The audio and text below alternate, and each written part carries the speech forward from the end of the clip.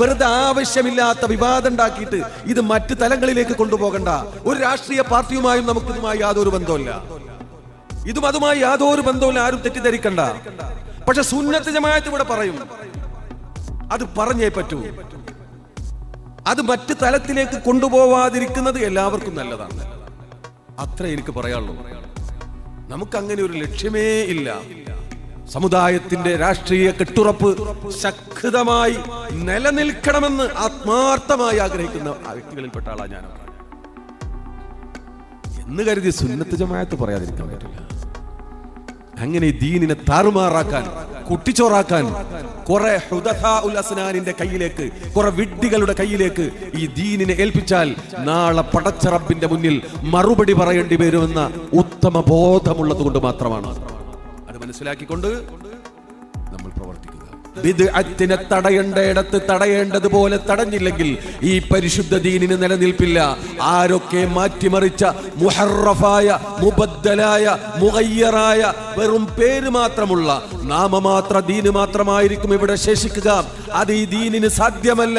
ഇന്നാ നഹ്നു നസ്സൽന ദിക്റ വഇന്നാ ലഹു ലഹാഫിളൂൻ. ഈ ദീനിനെ അല്ലാഹു ആണ് അവതരിപ്പിച്ചതെങ്കിൽ അതിനെ അല്ലാഹു സംരക്ഷിക്കുമെന്ന് ഏറ്റിട്ടുണ്ടെങ്കിൽ അതിനെ സംരക്ഷിക്കുന്ന ഈ പരിശുദ്ധ ദീനിൽ ഇല്ലാത്തത് കടത്തിക്കൂട്ടുന്നതിനെ സംബന്ധിച്ചും അത് കടത്തിക്കൂട്ടുന്നതിനെ തൊട്ടും ഉള്ളതിനെ ഇല്ലായ്മ ചെയ്യുന്നതിനെ തൊട്ടും ഈ പരിശുദ്ധ ദീനിനെ സംരക്ഷിക്കുന്ന അഇമ്മത്തിലൂടെ, ഉലമായിലൂടെ ഖിയാമത്ത് നാൾ വരെ അല്ലാഹു ഈ ദീനിനെ സംരക്ഷിക്കും. അതുകൊണ്ട് തന്നെ ബിദ്അത്തിനെ തടയുന്ന ഒരു വിഭാഗം, ഖായിമീന അലൽ ഹഖ്, സത്യത്തിന് വേണ്ടി നിലകൊള്ളുന്ന ഒരു വിഭാഗം, ആരൊക്കെ എങ്ങനെയൊക്കെ ശ്രമിച്ചാലും ശരി ഇവിടെ നിലനിൽക്കുക തന്നെ ചെയ്യും. അതിവിടെ ഇല്ലായ്മ ചെയ്യാമെന്ന് ആരും വ്യാമോഹിക്കണ്ട. പരിശുദ്ധ ദീൻ ഇവിടെ ഉണ്ടോ, ബിദ്അത്തിനെ എതിർക്കപ്പെടുക തന്നെ ചെയ്യും. എങ്കിലേ ദീൻ തനതായ രൂപത്തിൽ ഇവിടെ നിലനിൽക്കുകയുള്ളൂ. അല്ലെങ്കിൽ കടത്തിക്കൂട്ടിയ ദീനല്ലേ ഇവിടെ ഉണ്ടാവുക. അതുകൊണ്ട് അത് സാധ്യമല്ല, അത് സംഭവിക്കുകയുമില്ല. ആരും ഭയപ്പെടണ്ട. ഇത് അള്ളാഹുവിന്റെ ദീനാണ്. ദീനിനെ ഉള്ളിൽ നിന്ന് സംരക്ഷിക്കുക എന്നതാണ്. പിന്നെയാണ് പുറത്തുനിന്ന് സംരക്ഷിക്കേണ്ടത്. ഉള്ളിൽ നിന്ന് തന്നെ തൊരപ്പന്റെ പണിയെടുക്കുമ്പോൾ അത് സംരക്ഷിക്കാതെ പുറത്തുനിന്നുള്ള സംരക്ഷണം കൊണ്ട് ദീൻ സംരക്ഷിക്കാൻ സാധ്യമല്ല. പുറത്തൊരുപാട് ശത്രുക്കൾ ഉണ്ടാകും. അത് എന്നും സത്യത്തിനുണ്ടാകും. പ്രവാചകന്മാർക്കൊക്കെ ശത്രുക്കളെ അള്ളാഹു നിയോഗിച്ചിട്ടുണ്ടെന്ന് വിശുദ്ധ ഖുർആൻ തന്നെ പറഞ്ഞതാണ്. അതൊക്കെ ചരിത്ര യാഥാർത്ഥ്യങ്ങളാണ്. അതിനെയൊക്കെ പ്രതിരോധിക്കാൻ അതിൻ്റെതായ മാർഗങ്ങളുണ്ട്. അത് ഒരർത്ഥത്തിൽ എളുപ്പവുമാണ്. ആ ശത്രുവിനെ ശത്രുവായി മനസ്സിലാക്കാൻ പ്രയാസമില്ല. അതേ സമയത്ത് ഉള്ളിലുള്ള ചെതലുകൾ പരിശുദ്ധ ദീനിനെ നശിപ്പിച്ചു കൊണ്ടിരിക്കുമ്പോൾ അത് പലർക്കും മനസ്സിലാക്കാൻ സാധ്യമല്ല. ആദ്യമായി പരിശുദ്ധ ദീനിൽ കടന്നു വന്ന ഖവാരിജുകളെ കണ്ടാൽ അവർ രാത്രി മുഴുവനും നിന്ന് നമസ്കരിക്കുന്നവരായിരുന്നു. അവരോട് സംസാരിക്കാൻ, സംവദിക്കാൻ ഇബ്നു അബ്ബാസ് തങ്ങൾ ചെന്നപ്പോൾ അവരുടെ വിശുദ്ധ ഖുർആൻ പാരായണത്തിന്റെ മുഴക്കം കേട്ട് അത്ഭുതപ്പെട്ടു പോയി എന്ന് ചരിത്രം രേഖപ്പെടുത്തുന്നു. അവരുടെ വസ്ത്രരീതിയും അവരുടെ ഇബാദത്തിന്റെ രീതിയും അവരുടെ താടിയും തലയെക്കെട്ടുമൊക്കെ കണ്ടാൽ ഏറ്റവും പ്രഗത്ഭരായ സുന്നികളാണ്, യഥാർത്ഥ വിശ്വാസികളാണ്, യഥാർത്ഥ ഈമാൻദാരികളാണെന്ന് തോന്നിപ്പിക്കുന്ന വിധത്തിലായിരുന്നു അവരുടെ സ്വഭാവ രീതികളൊക്കെ. പക്ഷെ അവർ ഒരു കൂട്ടം സഹാബത്തിനെ കാഫിറാക്കി എന്നതാണ് യഥാർത്ഥം. അങ്ങനെയാണ് ബിദ്അത്ത് തുടങ്ങുന്നത്. ഈ ബിദ്അത്തിനെ പ്രതിരോധിക്കേണ്ടത് ആവശ്യകത എന്ത് എന്ന ചോദ്യം തന്നെ ഒരിക്കലും ഒരു മുസ്ലിമിന്റെ ചിന്തയിൽ തന്നെ വരാൻ പാടില്ലാത്തതാണ്. അതിന് ആയത്തും ഹദീസും ഒന്നും ഓതേണ്ടതില്ല. അള്ളാഹു അതിന്റെ സംരക്ഷണം ഏറ്റെടുത്തിട്ടുണ്ടെങ്കിൽ അത് മഹാന്മാരായ, അതിനെ സംരക്ഷിക്കുന്ന, കൃത്യമായി അതിനുള്ള പ്രഗത്ഭരായ, അതിന് പ്രാഗൽഭ്യമുള്ള പ്രഗത്ഭരായ പണ്ഡിതന്മാരെ നിയോഗിച്ചുകൊണ്ട് എല്ലാ കാലഘട്ടത്തിലും അല്ലാഹു സുബ്ഹാനഹു വ തആല ഈ വിശുദ്ധ ദീനിനെ സംരക്ഷിക്കും. അത് സംരക്ഷിച്ചേ പറ്റൂ. ബഹുമാനപ്പെട്ട ഇമാം ബുഖാരിയും മുസ്ലിമും റിവായത്ത് ചെയ്ത ഹദീസിൽ നമുക്ക് കാണാമല്ലോ, മുത്തഫഖ് അലൈഹി ആയ ഹദീസിൽ കാണാം, മൻ അഹദസ ഫീഹാ ഹദസൻ ഫഅലൈഹി ലഅനത്തുല്ലാഹി വൽ മലായികതി വന്നാസി അജ്മഈൻ. ഈ പരിശുദ്ധ ദീനിൽ ഒരു പുതിയത്, പരിശുദ്ധ ദീനിന്റെ ഉസൂലുകൾക്ക് മുഖാലിഫായും കൊണ്ട്, അതിന് വിരുദ്ധമായും കൊണ്ട് പരിശുദ്ധ ദീനിന്റെ അടിസ്ഥാന തത്വങ്ങൾക്കെതിരായിക്കൊണ്ട് ഈ ദീനിൽ ആരെങ്കിലും എന്തെങ്കിലും ഒന്ന് കടത്തിക്കൂട്ടിയാൽ ഫഅലൈഹി ലഅനത്തുല്ലാഹ്, അല്ലാഹുവിന്റെ ശാപം അവന്റെ മേലുണ്ട്. വൽ മലായിക, മലക്കുകളുടെയും ശാപമുണ്ട്. വന്നാസി അജ്മഈൻ, മുഴുവൻ ജനങ്ങളുടെയും ശാപമുണ്ട് എന്ന് നബി സല്ലല്ലാഹു അലൈഹി വസല്ലം തങ്ങൾ പറഞ്ഞ ഹദീസ് ഇമാം ബുഖാരിയും മുസ്ലിമും റിപ്പോർട്ട് ചെയ്തതാണ്.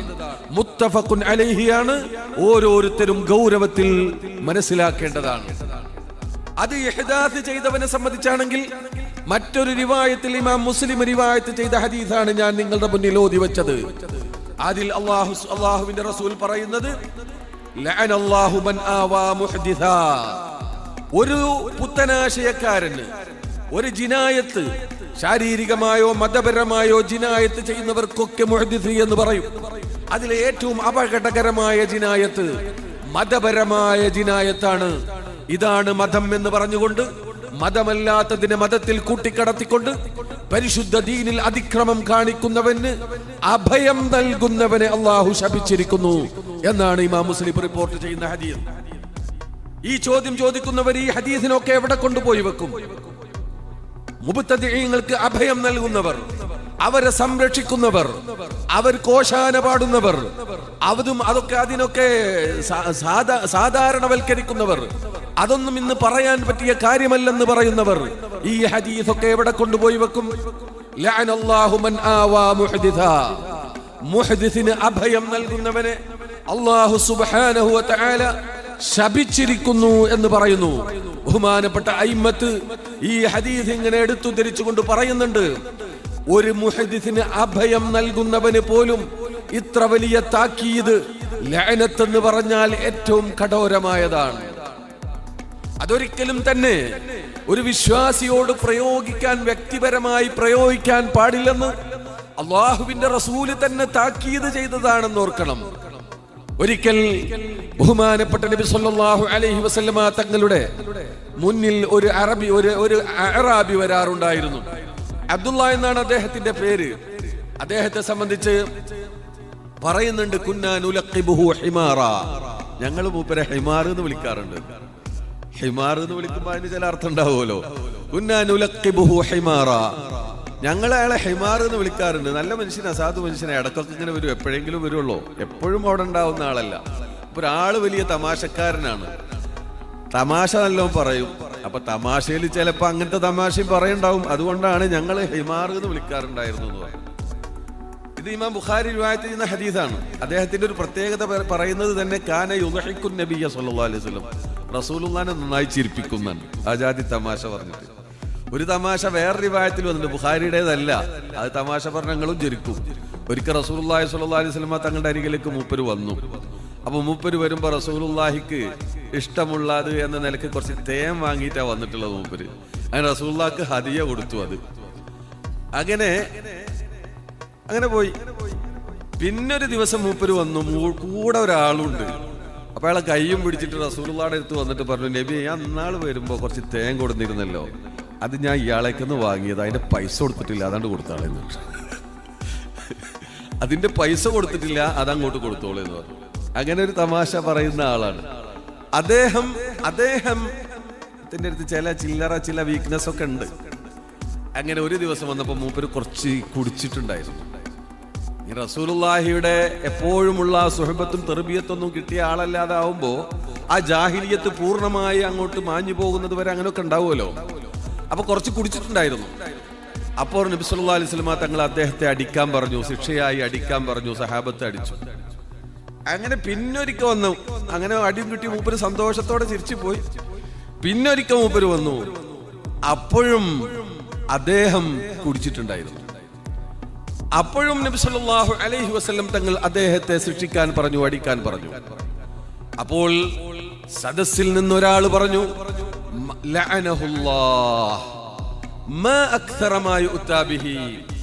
അള്ളാഹു അയാളെ ശപിക്കട്ടെ, എത്ര വട്ടായി നമ്മളിങ്ങനെ അടിക്കാനുണ്ടല്ലോ കുറച്ച് പണി. അപ്പൊ എത്ര വട്ടായി ഇയാൾ ഇതിങ്ങനെ കുടിച്ചു വരുന്നതും നിർത്തിക്കൂടെ അയാൾക്ക്? ലഅനഹുല്ലാ, അള്ളാഹു അദ്ദേഹത്തെ ശപിക്കട്ടെ.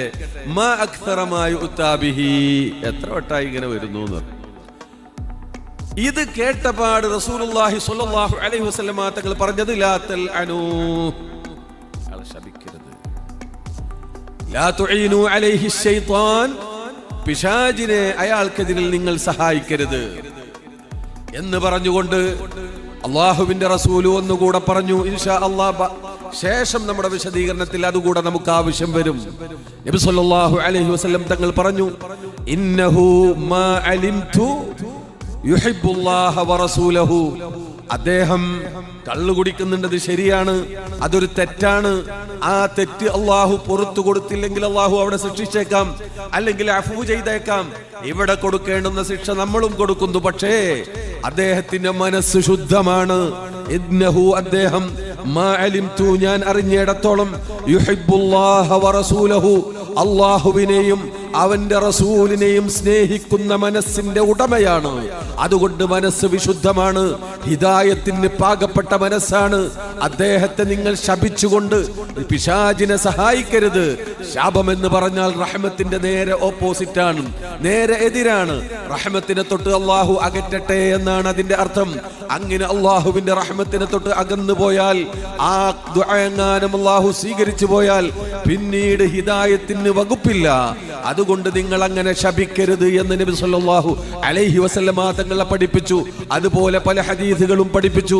അതുകൊണ്ട് തന്നെ അഹ്ലുൽ ഖിബ്ലയിൽ ആരെയും വ്യക്തമായി നേരിട്ട് നമ്മൾ ശപിക്കാൻ പാടില്ലെന്ന് അയിമ്മത്ത് നമ്മെ പഠിപ്പിക്കുകയും ചെയ്തു. അവിടെയാണ് നാം മനസ്സിലാക്കേണ്ടത്. അള്ളാഹുവിന്റെ റസൂല് താക്കീതായി കൊണ്ട് പറയുന്നു, ഒരു മുബ്തദിഇനെ, ഒരു മുഹദ്ദിസിന് അഭയം നൽകുന്നവനെ അള്ളാഹു ശപിച്ചിരിക്കുന്നു എന്ന് അള്ളാഹുവിന്റെ റസൂൽ ഇത്രയും ശക്തമായി പറയണമെങ്കിൽ അതിന്റെ ഗൗരവം എന്താണ്? അതാണ് ഞാൻ നേരത്തെ പറഞ്ഞത്. ബിദ്അത്തിനെ തടയേണ്ടയിടത്ത് തടയേണ്ടതുപോലെ തടഞ്ഞില്ലെങ്കിൽ ഈ പരിശുദ്ധ ദീനിന് നിലനിൽപ്പില്ല. ആരൊക്കെ മാറ്റിമറിച്ച മുഹറഫായ, മുബദ്ദലായ, മുഗയ്യറായ, വെറും പേര് മാത്രമുള്ള നാമമാത്ര ദീന് മാത്രമായിരിക്കും ഇവിടെ ശേഷിക്കുക. അത് ഈ ദീനിന് സാധ്യമല്ല. ഇന്നാ നഹ്നു നസ്സൽനാ ദിക്റ വ ഇന്നാ ലഹു ലഹാഫിളൂൻ. ഈ ദീനിനെ അല്ലാഹു ആണ് അവതരിപ്പിച്ചതെങ്കിൽ അതിനെ അല്ലാഹു സംരക്ഷിക്കുമെന്ന് ഏറ്റിട്ടുണ്ടെങ്കിൽ അതിനെ സംരക്ഷിക്കുന്ന ഈ പരിശുദ്ധ ദീനിൽ ഇല്ലാത്തത് കടത്തിക്കൂട്ടുന്നതിനെ സംബന്ധിച്ചും അത് കടത്തിക്കൂട്ടുന്നതിനെ തൊട്ടും ഉള്ളതിനെ ഇല്ലായ്മ ചെയ്യുന്നതിനെ തൊട്ടും ഈ പരിശുദ്ധ ദീനിനെ സംരക്ഷിക്കുന്ന അയിമ്മത്തിലൂടെ, ഉലമായിലൂടെ ഖിയാമത്ത് നാൾ വരെ അല്ലാഹു ഈ ദീനിനെ സംരക്ഷിക്കും. അതുകൊണ്ട് തന്നെ ബിദ്അത്തിനെ തടയുന്ന ഒരു വിഭാഗം, ഖായിമീന അലൽ ഹഖ്, സത്യത്തിന് വേണ്ടി നിലകൊള്ളുന്ന ഒരു വിഭാഗം, ആരൊക്കെ എങ്ങനെയൊക്കെ ശ്രമിച്ചാലും ശരി ഇവിടെ നിലനിൽക്കുക തന്നെ ചെയ്യും. അതിവിടെ ഇല്ലായ്മ ചെയ്യാമെന്ന് ആരും വ്യാമോഹിക്കണ്ട. പരിശുദ്ധ ദീൻ ഇവിടെ ഉണ്ടോ, ബിദ്അത്തിനെ എതിർക്കപ്പെടുക തന്നെ ചെയ്യും. എങ്കിലേ ദീൻ തനതായ രൂപത്തിൽ ഇവിടെ നിലനിൽക്കുകയുള്ളൂ. അല്ലെങ്കിൽ കടത്തിക്കൂട്ടിയ ദീനല്ലേ ഇവിടെ ഉണ്ടാവുക. അതുകൊണ്ട് അത് സാധ്യമല്ല, അത് സംഭവിക്കുകയുമില്ല. ആരും ഭയപ്പെടണ്ട. ഇത് അള്ളാഹുവിന്റെ ദീനാണ് എന്റെ പ്രിയമുള്ള സഹോദരൻ. അതുകൊണ്ട് ആ ചോദ്യം തന്നെ അപ്രസക്തമാണ്. ബിദ്അത്തിനെ നാം എന്തിന് പ്രതിരോധിക്കണം? നാം അല്ലെങ്കിൽ പിന്നെ ആരാ പ്രതിരോധിക്കുക? അതുകൊണ്ട് എന്താണ് ഇനി ദീൻ? ദീനിന്റെ അടിസ്ഥാനപരമായ രണ്ട് ഉസൂലുകൾ, രണ്ട് അസലുകൾ ഏറ്റവും പ്രധാനമായി നാം മനസ്സിലാക്കേണ്ടത്. അതാണ് അതിന്റെ ഘടന. ഒന്ന്, പരിശുദ്ധ ദീനിന് ചില അടിസ്ഥാന തത്വങ്ങളുണ്ട്. ആ അടിസ്ഥാന തത്വങ്ങൾ മനസ്സിലാക്കി അത് ഉൾക്കൊണ്ടുകൊണ്ട് ദീൻ അംഗീകരിക്കണം. നേരത്തെ ഞാൻ പറഞ്ഞ ഹദീസിന്റെ എളുപ്പത്തിന് വേണ്ടി അതിന്റെ മറ്റൊരു ഹദീസ്, അതിന്റെ നേരെ എതിരാകുന്ന മറ്റൊരു ഹദീസ് ഇമാം ബുഖാരി തന്നെ ഉദ്ധരിച്ചത് ഞാൻ ഉദ്ധരിക്കാം.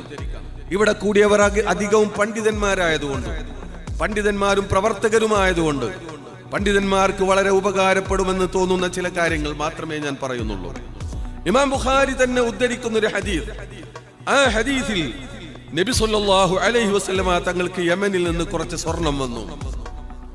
ആ സ്വർണം വന്നപ്പോൾ റസൂലുള്ള അത് സദസ്സിലുള്ള അവിടെയുള്ള ചില ആളുകൾക്ക് മാത്രം വിഹിതിച്ചു കൊടുത്തു. ചില ആളുകൾക്ക് അത് റസൂലുള്ളാഹി ചില ആളുകൾക്ക് കൊടുക്കണമെന്ന് കണ്ടു, അത് കൊടുത്തു. അവിടെ ഇമാം ബുഖാരി ഉദ്ധരിക്കുന്ന ഹദീസിൽ കാണാം, ഫഖാമ റജുലുൻ മിനൽ ഖൗമി, സദസ്സിൽ നിന്ന് ഒരാൾ എണീറ്റ് നിന്നു. അദ്ദേഹത്തിന്റെ സ്വഭാവം കൃത്യമായി വിവരിക്കുകയാണ്. അദ്ദേഹത്തിന്റെ നെറ്റിത്തടം ഇങ്ങനെ ഉന്തി നിൽക്കുന്നുണ്ട്. ഗായിറുൽ ഐനൈനി, കണ്ണിങ്ങനെ കുഴിയിലേക്ക് പോയിട്ടുണ്ട്. ഗായിറുൽ ഐനൈനിയാണ്, അല്ല ക്ഷീണിതനാണ്. അഥവാ തഹജ്ജുദൊക്കെ നിസ്കരിച്ചിട്ട് കണ്ടാൽ നല്ലൊരു ഈമാൻദാരിയാണെന്ന് തോന്നുന്ന, കസ്സുൽ ലിഹ്യ, നല്ല തിങ്ങിയ താടിയുണ്ട്. മഹ്ലൂഖുർ റഅ്സി, തലമുണ്ഡനം ചെയ്തിട്ടുണ്ട്. മുശമ്മറുൽ ഇസാരി, തുണിയൊക്കെ അങ്ങനെ മുട്ടിന്റെ താഴെ മാത്രം, അങ്ങനെ തണ്ടങ്കാലിന്റെ പകുതി വരെയുള്ളോ എന്ന് കണ്ടാൽ എന്ന് പറഞ്ഞാൽ അതിന്റെ അർത്ഥം കണ്ടാൽ നല്ല പൂർണ്ണമായ ഒരു മുത്തഖിയാണെന്ന് തോന്നിപ്പിക്കുന്ന വിധത്തിലുള്ള ഒരു മനുഷ്യൻ സദസ്സിൽ നിന്ന് എണീറ്റുകൊണ്ട് പറഞ്ഞു, ഇഅ്ദിൽ യാ മുഹമ്മദ് ഫഹാദിഹി ഖിസ്മത്തുൻ ലം യുറദ ബിഹാ വജ്ഹുല്ലാഹ്. ഈ വീതം വെപ്പ് അത് അനീതിയായി പോയി. ഇതിന് ഞങ്ങളൊക്കെ അവകാശികളാണ്. അതുകൊണ്ട് ഇഅ്ദിൽ യാ മുഹമ്മദ്, മുഹമ്മദ് സല്ലല്ലാഹു അലൈഹി വസല്ലം, അയാൾ അത് പറഞ്ഞിട്ടില്ലെങ്കിൽ നമുക്ക് പറയാലോ. നബി സല്ലല്ലാഹു അലൈഹി വസല്ലം തങ്ങളോട് പറഞ്ഞു, ഞാൻ നീതി പാലിക്കണം, ഇത് അനീതിയായി പോയി. ഇഅ്ദിൽ യാ മുഹമ്മദ്, മുഹമ്മദ് നീതി പാലിക്കണമെന്ന് നബി സല്ലല്ലാഹു അലൈഹി വസല്ലം തങ്ങളുടെ മുഖത്ത് നോക്കിക്കൊണ്ട് വിരൽ ചൂണ്ടി പറയുകയാണ് ആ മനുഷ്യൻ. റസൂലുള്ളാഹി സ്വല്ലല്ലാഹു അലൈഹി വസല്ലം തങ്ങൾക്ക് ദേഷ്യം വന്നു, കോപാകുലനായി, മുഖം വിവർണമായി.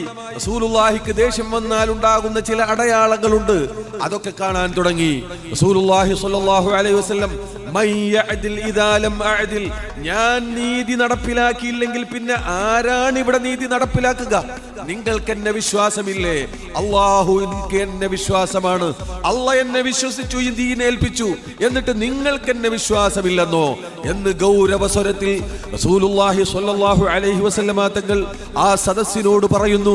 അപ്പോൾ ഉമർ ഇബ്നുൽ ഖത്താബ് റളിയല്ലാഹു അൻഹു സദസ്സിൽ നിന്ന് എണീറ്റ് നിന്നുകൊണ്ട് പറയുന്നു, നബിയേ, ഇദൻ ലി യാ റസൂലല്ലാഹ് അദ്രിബു ഉനുഖഹു, ഞാൻ അയാളുടെ പെരടി വെട്ടാം, എനിക്ക് അങ്ങൊന്ന് സമ്മതം തന്നാൽ മതി എന്ന് ബഹുമാനപ്പെട്ട ഉമർ ഇബ്നുൽ ഖത്താബ് റളിയല്ലാഹു അൻഹു സദസ്സിൽ നിന്ന് എണീറ്റ് നിന്നുകൊണ്ട് പറയുന്നു.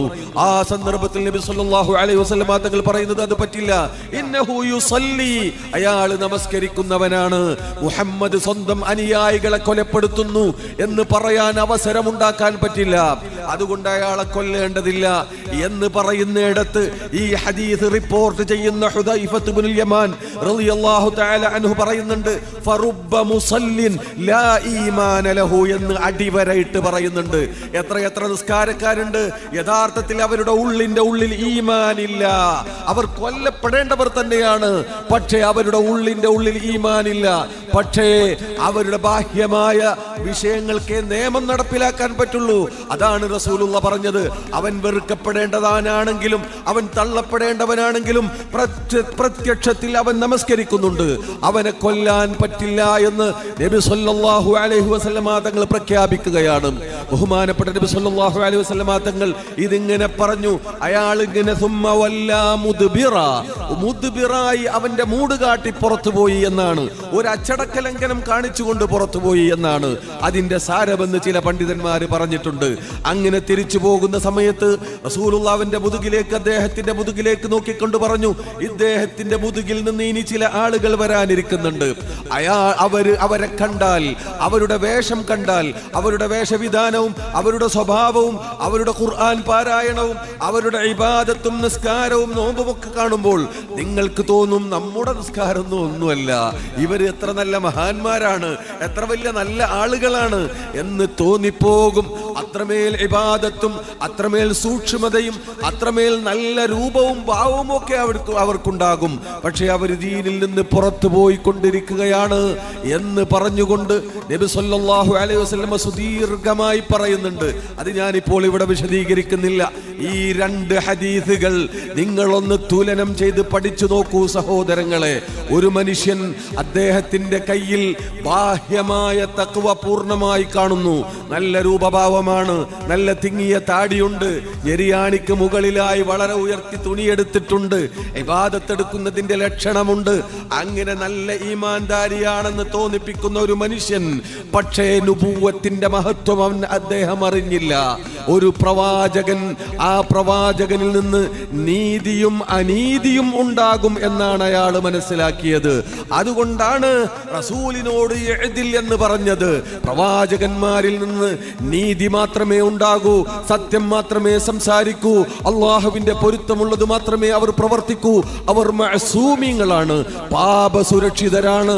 അവരെന്ത് പറഞ്ഞോ, അവരെന്ത് പ്രവർത്തിച്ചോ അതിനെ ആധുനിക നിയമങ്ങളോ ആധുനിക ശാസ്ത്രമോ നമ്മുടെ ബുദ്ധിയോ നോക്കാതെ പൂർണ്ണമായി അംഗീകരിക്കണം. ഇവിടെയാണ് ദീനുള്ളത് എന്ന ബോധം അദ്ദേഹത്തിനുണ്ടായില്ല. അതുകൊണ്ട് അയാൾ പറഞ്ഞു ഇഅ്ദിൽ യാ മുഹമ്മദ്. അതുകൊണ്ട് തന്നെ അയാളുടെ ബാഹ്യമായ ആ തഖ്വയുടെ രൂപങ്ങളൊന്നും അദ്ദേഹത്തിൽ ഗുണം ചെയ്തില്ല. അതിന്റെ ഗുരുത്തക്കേടാണ് അയാളിൽ മാത്രമല്ല അയാളുടെ സന്താന പരമ്പരയിൽ പോലും അത് നിലനിൽക്കുമെന്ന് റസൂലുള്ള പറഞ്ഞത്. അതാണ് ഇമാം ബുഖാരി റിവായത്ത് ചെയ്ത ഹദീസിലാ പറഞ്ഞത്. ഗുരുത്തം കെട്ടുപോയി, നുബുവത്തിനെ, അതിന്റെ മഹത്വത്തെ അവഗണിച്ചു, അവമതിച്ചു. അയാളിൽ മാത്രമല്ല അയാളുടെ സന്താന പരമ്പരകൾക്ക് പോലും അത് ബാധിച്ചു. അവരിൽ നിന്ന് ഇനി ഇങ്ങനെയുള്ള ആളുകളാണ് വരാൻ പോകുന്നത്. അതേസമയം നേരത്തെ പറഞ്ഞ ആള്, അയാളിൽ നിന്ന് ബാഹ്യമായി തെറ്റ് സംഭവിച്ചിട്ടുണ്ട്, കള്ളു കുടിച്ചിട്ടുണ്ട്. പക്ഷേ നുബുവത്തിന്റെ മഹത്വം അറിഞ്ഞ്, നുബുവത്തിനോടുള്ള ബഹുമാനമറിഞ്ഞ് റസൂലുള്ളാഹി സ്വല്ലല്ലാഹു അലൈഹി വസല്ലമ തങ്ങളെ സ്നേഹിക്കുന്ന മനസ്സിന്റെ ഉടമയായപ്പോൾ അദ്ദേഹത്തെ നിങ്ങൾ ആക്ഷേപിക്കരുത്. ഇന്നഹു മാ അലിംതു, ഞാൻ അറിഞ്ഞിടത്തോളം യുഹിബ്ബുല്ലാഹ വറസൂലഹു, അല്ലാഹുവിനെയും റസൂലിനെയും സ്നേഹിക്കുന്ന മനസ്സിന്റെ ഉടമയാണ്. അദ്ദേഹത്തിന്റെ മനസ്സിൽ തഖ്വക്ക് ഇനിയും സ്ഥലമുണ്ട്. അതുകൊണ്ട് അദ്ദേഹത്തെ നിങ്ങൾ ഗുണത്തിന് വേണ്ടിയേ ദുആ ചെയ്യാവൂ എന്ന് റസൂലുള്ളാഹി സ്വല്ലല്ലാഹു അലൈഹി വസല്ലം തങ്ങൾ പഠിപ്പിക്കുന്നു. എത്ര പഠനാർഹമാണിത്! എന്തിനാണ് നമ്മൾ കൂടുതൽ പറയേണ്ടി വരുന്നത്? എത്ര കൃത്യമാണ് ഈ വസ്തുത! അതാണ് പരിശുദ്ധ ഖുർആൻ പറഞ്ഞത്, ഇന്നല്ലദീന യഗുല്ലൂന അസ്വാതഹും ഇൻദ റസൂലില്ലാഹ് ഉലൈകല്ലദീന ഇംതഹനല്ലാഹു ഖുലൂബഹും ലിത്തഖ്വാ. ഖൽബിന്റെ ഒരു തഖ്വയുണ്ട്, അതില്ലാതെ ബാഹ്യമായ തഖ്വ കൊണ്ട് കാര്യമില്ല. ഖൽബിന്റെ തഖ്വ എന്താണ്? വമൻ യുഅള്ളിം ശആഇറല്ലാഹ് ഫഇന്നഹാ മിൻ തഖ്വൽ ഖുലൂബ്. ഖൽബിന്റെ തഖ്വ അതാണ്. അല്ലാഹു ബഹുമാനിച്ചവരെ ബഹുമാനിക്കുക, അല്ലാഹു ആദരിച്ചവരെ ആദരിക്കുക, ആ ബഹുമാനം നിലനിർത്തുക, അതിനനുസരിച്ചുള്ള പെരുമാറ്റങ്ങൾ ഉണ്ടാവുക. വാക്കിലും പ്രവൃത്തിയിലും നോട്ടത്തിലും ഒക്കെ അതുണ്ടാവണം. ഇന്നല്ലദീന യഗുല്ലൂന അസ്വാതഹും ഇൻദ റസൂലില്ലാഹ്, പരിശുദ്ധ ഖുർആനിന്റെ ആയത്തല്ലേ, സൂറത്ത് ഹുജറാത്തിലല്ലേ അല്ലാഹു പറയുന്നത്. അല്ലാഹുവിന്റെ റസൂലിന്റെ മുന്നിൽ ശബ്ദം താഴ്ത്തി സംസാരിക്കുന്ന, അദബോടുകൂടെ നബിയോട് പെരുമാറുന്ന ആളുകൾ, ഉലൈകല്ലദീന ഇംതഹനല്ലാഹു ഖുലൂബഹും ലിത്തഖ്വാ, അവരുടെ മനസ്സിലാണ് തഖ്വ ഉണ്ടാവുള്ളൂ. ആയത് ചുരുക്കം, തഖ്വക്ക് പറ്റോ എന്ന് പരീക്ഷിച്ച് അള്ളാഹുവിന്റെ പരീക്ഷണത്തിൽ വിജയിച്ചവരവരാണ്, ആ പരീക്ഷ മറികടന്നവരവരാണ്. ഇതൊക്കെ പരസ്പര പൂരകങ്ങളാണ്. ആ തഖ്വ ഇല്ലെങ്കിൽ ബാഹ്യമായ തഖ്വ കൊണ്ട് വലിയ കാര്യമില്ല എന്നാണ് ഗായിറുൽ ഐനൈനിയും മഹ്ലൂഖുർ റഅസും മുശമ്മറുൽ ഇസാറുമായ ഇഅ്ദിൽ യാ മുഹമ്മദ് എന്ന് പറഞ്ഞ സഹാബിയുടെ ചരിത്രം നമ്മെ പഠിപ്പിക്കുന്നത്. അതുണ്ടെങ്കിൽ, ഖൽബിന്റെ തഖ്വയുണ്ടെങ്കിൽ ബാഹ്യമായി വരുന്ന വീഴ്ചകൾ പൊറുക്കാനുള്ള സാധ്യത വളരെ കൂടുതലാണ്. അതാണ് നേരത്തെ പറഞ്ഞ ഹിമാർ എന്ന് ആളുകൾ വിളിക്കുന്ന അബ്ദുള്ള എന്ന് പറയുന്ന മഹാനായ സഹാബിയുടെ ചരിത്രം നമ്മെ പഠിപ്പിക്കുന്നത്. പരിശുദ്ധ ഖുർആൻ വ്യക്തമായി പറഞ്ഞ യാഥാർത്ഥ്യം. അപ്പൊ ഈ അടിസ്ഥാനപരമായ ഈ പോയിന്റ്, ഇതിൽ നിന്നുകൊണ്ടായിരുന്നു മഹാന്മാരായ സഹാബത്ത് ജീവിച്ചതും വളർന്നതും ദീനിനെ ഉൾക്കൊണ്ടതും പ്രബോധനം ചെയ്തതും ഒക്കെ. അവരുടെ വിനയവും അവരുടെ ഈ ബഹുമാനവും എത്രത്തോളം ഉണ്ടായിരുന്നോ അതിനനുസരിച്ചാണ് അവർക്ക് കിട്ടിയതൊക്കെ തന്നെ. നോക്കൂ, ഏറ്റവും വലിയ സഹാബി, സഹാബിമാരുടെ കൂട്ടത്തിൽ ഏറ്റവും പ്രഗൽഭനായ സഹാബി അബൂബക്കർ സിദ്ദീഖ് റളിയല്ലാഹു തആല അൻഹു ആണല്ലോ. അബൂബക്കർ സിദ്ദീഖ് റളിയല്ലാഹു തആല അൻഹു നബി സല്ലല്ലാഹു അലൈഹി വസല്ലമ തങ്ങൾ ഈ പ്രബോധനവുമായി വന്ന അന്ന് തന്നെ മുസ്ലിമായി. റസൂലുള്ളാഹി വഫാത്തായി ഏതാനും 1.5 വർഷത്തിൽ താഴെ ജീവിച്ചു. അപ്പോ 23, 24, 24.5 വർഷം. ബഹുമാനപ്പെട്ട സിദ്ദീഖുൽ അക്ബർ റളിയല്ലാഹു തആല അൻഹു അപ്പോ ആകെ മുസ്ലിമായി ജീവിച്ചത് 25 വർഷത്തിൽ താഴെയാണ്. അതിൽ കൂടുതൽ ജീവിച്ചവരാ ഇന്ന് നമ്മിൽ പലരും മുസ്ലിമായിട്ട് തന്നെ. അതിൽ കൂടുതൽ ഫർള് നമസ്കരിച്ചവരാണ്. അതിൽ കൂടുതൽ 90-100 വയസ്സ് വരെ ജീവിച്ച അയിമ്മത്തുകളുണ്ട് ഈ ലോകത്ത്. ബഹുമാനപ്പെട്ട സക്കരിയ അൻസാരി റളിയല്ലാഹു തആല അൻഹു 100-ലധികം വയസ്സ് ജീവിച്ച മഹാനാണ്. ശൈഖുൽ ഇസ്ലാം ഇബ്നു ഹജർ തങ്ങളടക്കമുള്ള മഹാന്മാരുടെ ഒക്കെ ഉസ്താദ്. ആ 100-ലധികം വയസ്സ് ജീവിച്ച് വഫാത്താകുന്ന അന്ന് പോലും അദ്ദേഹത്തിന്റെ സ്ഥിര പതിവായ റാത്തിബായ 100 റക്അത്ത് സുന്നത്ത് നമസ്കരിക്കുക എന്നത് മരിക്കുന്ന അന്ന് പോലും ഉപേക്ഷിച്ചിട്ടില്ല എന്നാണ് ചരിത്രം പറയുന്നത്. അത്ര വലിയ മഹാനാണ്. പക്ഷെ ആ സക്കരിയുൽ അൻസാരി സിദ്ദീഖ് നോക്കുമ്പോ ബൗനുൻ ബഈദ്. എന്താ വ്യത്യാസം? വലാകിൻ ശൈഇൻ നുഖിറ ഫീ ഖൽബി. അവിടെയാണ് വ്യത്യാസം. നബി സല്ലല്ലാഹു അലൈഹി വസല്ലമ തങ്ങളുമായുള്ള ബന്ധം, ആ ബന്ധത്തിന്റെ പ്രത്യേകത, നുബുവത്തിന്റെ മഹത്വം എത്രമാത്രമാണെന്ന് മനസ്സിലാക്കി അതിനനുസരിച്ച് കൊണ്ട് ബഹുമാനപ്പെട്ട സിദ്ദീഖുൽ അക്ബർ റളിയല്ലാഹു തആല അൻഹു ഏറ്റവും വലിയ ആദരവും ബഹുമാനവും സൃഷ്ടികളിൽ ബഹുമാനപ്പെട്ട റസൂലുള്ളാഹിക്ക് നൽകി. ഒരു ദിവസം ഒരു മസ്ലഹത്തിന് വേണ്ടി നബി സല്ലല്ലാഹു അലൈഹി വസല്ലമ തങ്ങൾ പുറത്തുപോയി തിരിച്ചു വരുന്നതിന് മുമ്പ് നമസ്കാരത്തിന്റെ സമയമായിരുന്നു. നമസ്കാരത്തിന്റെ സമയമായപ്പോൾ ബിലാൽ റളിയല്ലാഹു തആല അൻഹു ബഹുമാനപ്പെട്ട സിദ്ദീഖിനോട് പറഞ്ഞു, നമസ്കാരത്തിന്റെ സമയമായല്ലോ, ഇഖാമത്ത് കൊടുക്കട്ടെ എന്ന് ചോദിച്ചു. ആ കൊടുത്തോളാൻ പറഞ്ഞു. കുറച്ചേരൊക്കെ കാത്തു, കാണുന്നില്ല, സമയത്ത് നിസ്കരിക്കണല്ലോ. ബഹുമാനപ്പെട്ട ബിലാൽ റളിയല്ലാഹു അൻഹു ഇഖാമത്ത് കൊടുത്തു. സിദ്ദീഖുൽ അക്ബർ റളിയല്ലാഹു തആല അൻഹു ഇമാമായി നിസ്കാരം തുടങ്ങി. കുറച്ച് കഴിഞ്ഞപ്പോൾ ബഹുമാനപ്പെട്ട റസൂലുള്ള തിരിച്ചു വന്നു. റസൂലുള്ളാഹി സ്വല്ലല്ലാഹു അലൈഹി വസല്ലമ തങ്ങൾ തിരിച്ചു വന്ന വിവരം മഹാന്മാരായ സഹാബത്ത് കണ്ടപ്പോൾ, അറിഞ്ഞപ്പോൾ സന്തോഷത്തോടുകൂടെ സിദ്ദീഖിനെ അത് ഉണർത്തി. അവർ കൈമുട്ടി, അവരും ഇങ്ങനെ ഉണർത്തി. അവർക്കറിഞ്ഞുകൂടാ കൈമുട്ടാൻ പാടില്ലെന്ന്. അവർ തസ്ഫീഖ് ചെയ്തുകൊണ്ട് അവർ റസൂലുള്ള വന്നു എന്ന വിവരം അറിയിക്കുകയാണ്. ബഹുമാനപ്പെട്ട സിദ്ദീഖുൽ അക്ബർ റളിയല്ലാഹു തആല അൻഹു വിഷയം മനസ്സിലാക്കി മിഹ്റാബിൽ നിന്ന് പിന്നിലേക്ക് മാറി നിൽക്കാൻ ശ്രമിക്കുന്നു. ആ സന്ദർഭത്തിൽ അഷ്റഫുൽ ഖൽഖ് സ്വല്ലല്ലാഹു അലൈഹി വസല്ലമ തങ്ങൾ സിദ്ദീഖിനോട് പറയുന്നു, മക്കാനക്, അവിടെ തന്നെ നിന്ന് നമസ്കരിക്കൂ, നമസ്കാരം പൂർത്തീകരിക്കൂ എന്ന് ബഹുമാനപ്പെട്ട സിദ്ദീഖുൽ അക്ബർ റളിയല്ലാഹു തആല അൻഹുവിനോട് റസൂലുള്ള കൽപ്പിക്കുന്നു. പക്ഷേ സിദ്ദീഖുൽ അക്ബർ കൂട്ടാക്കിയില്ല. അവര് പിന്നോട്ടടിക്കുന്നു, മാറി നിൽക്കുന്നു. റസൂലുള്ള മുന്നിലേക്ക് കയറി നിൽക്കേണ്ടി വരുന്നു. റസൂലുള്ള മിഹ്റാബിൽ നിൽക്കുന്നു, പിന്നീട് സിദ്ദീഖ് അതിന്റെ പിന്നിൽ നിൽക്കുന്നു, പിന്നീട് സഹാബത്ത് അതിന്റെ പിന്നിൽ നിന്നുകൊണ്ട് നിസ്കാരം പൂർത്തീകരിക്കുന്നു.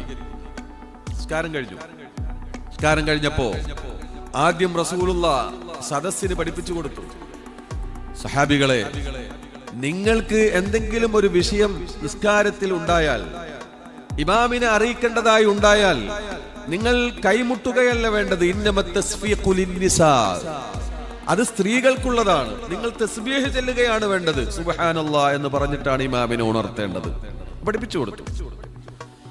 സിദ്ദീഖുൽ അക്ബർ റളിയല്ലാഹു അൻഹുവിലേക്ക് തിരിഞ്ഞുകൊണ്ട് ചോദിച്ചു, മാലക യാ സിദ്ദീഖ് യാ അബൂബക്കർ, എന്തേ അബൂബക്കറെ, നിങ്ങളോട് ഞാൻ അവിടെ തന്നെ നിന്ന് നമസ്കരിച്ച് നിസ്കാരം പൂർത്തീകരിക്കാൻ നിങ്ങളോട് പറഞ്ഞപ്പോൾ എന്തുകൊണ്ട് നിങ്ങൾ അനുസരിച്ചില്ല, എന്തുകൊണ്ട് നിങ്ങൾ നിസ്കാരം പൂർത്തീകരിച്ചില്ല എന്ന് അഷ്റഫുൽ ഖൽഖ് സ്വല്ലല്ലാഹു അലൈഹി വസല്ലം തങ്ങൾ മഹാനായ സിദ്ദീഖുൽ അക്ബർ റളിയല്ലാഹു തആല അൻഹുവിനോട് ചോദിച്ച സന്ദർഭത്തിൽ അവിടുന്ന് പറഞ്ഞൊരു മറുപടിയുണ്ട്.